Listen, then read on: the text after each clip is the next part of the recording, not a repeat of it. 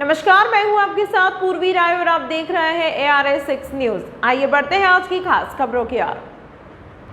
कश्मीर कला संस्कृति एवं भाषा एकेडमी द्वारा 7 दिवसीय सुलेख कार्यशाला का उद्घाटन।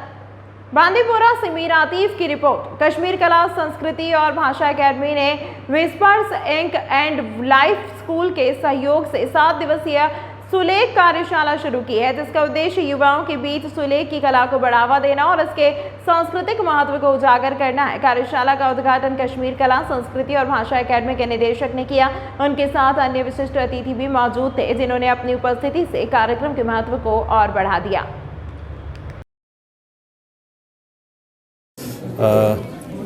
आप जैसा जानते हैं कि एक 7 रोज़ा वर्कशॉप ऑर्गेनाइज हुई है कैलीग्राफी के फ़न पे, और मैं कहूँगा इसकी जो रूह है वो सबरीना है।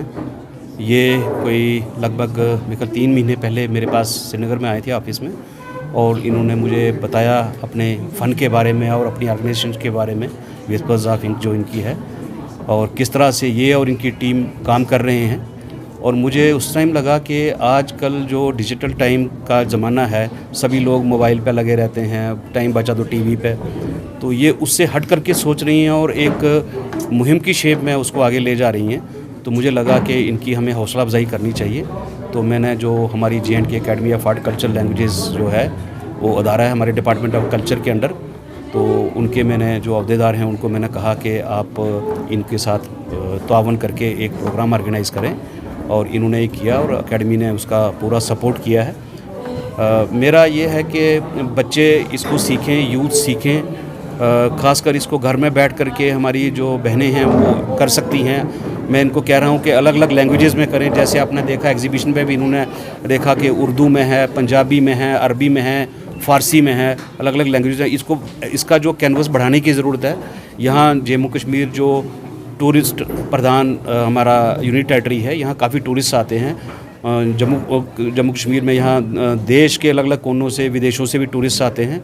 तो मैं चाहूँगा कि ये आने वाले टाइम में ये जो कैलीग्राफी का फ़न है अलग अलग भाषाओं में करें, जो कंट्री की अलग अलग भाषाएं हैं, दूसरे देशों की भी भाषा उसमें करें, ताकि टूरिस्ट आए उसको अपनी भाषा में यहाँ लिखा हुआ कुछ थोड़ा सोविनर मिले।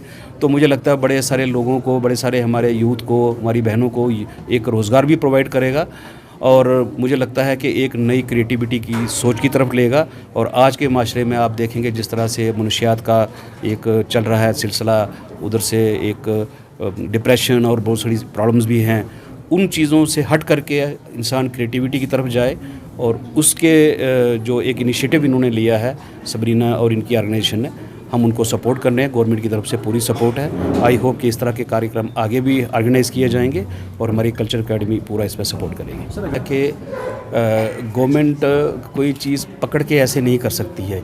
यही होता है कि जो NGO सेक्टर होता है, नॉन गवर्नमेंट ऑर्गेनाइजेशन का सेक्टर होता है, उसकी जो पहुँच होती है और उसकी जो क्रेडिबिलिटी होती है पब्लिक में ज़्यादा होती है।